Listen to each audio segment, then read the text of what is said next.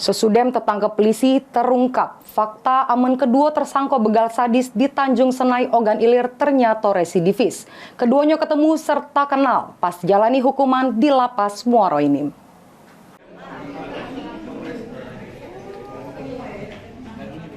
Herli Diansa Samono Priyandi, pelaku begal sadis di kawasan Tanjung Senai, Kabupaten Ogan Ilir, tertangkap tim gabungan dari Unit 4 Jatandras Polda Sumsel bersama Satreskrim Polres Ogan Ilir serta Polsek Gelumbang. Dari pemeriksaan oleh polisi ternyata kedua tersangka merupakan residivis.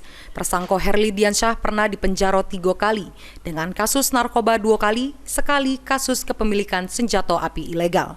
Sementara tersangka Nopriandi pernah dipenjara sebanyak 2 kali dengan kasus kepemilikan senjata api ilegal.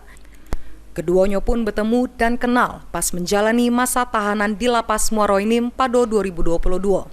Sehingga pas metu dari penjara keduanya sepakat kerjasama untuk ngelaku kebegal.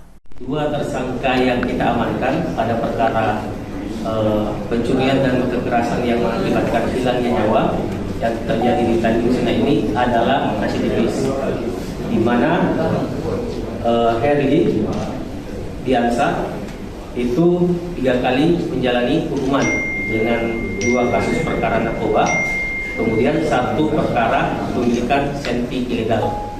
Kemudian atas nama Nopriandi itu residivis 2 kali menjalani hukuman terkait dengan kepemilikan senjata ilegal. Kapan itu? Ya, mereka menjalani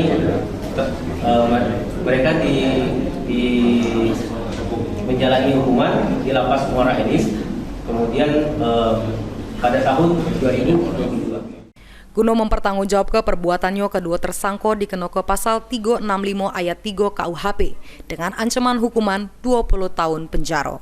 Mulyadi, PAL TV.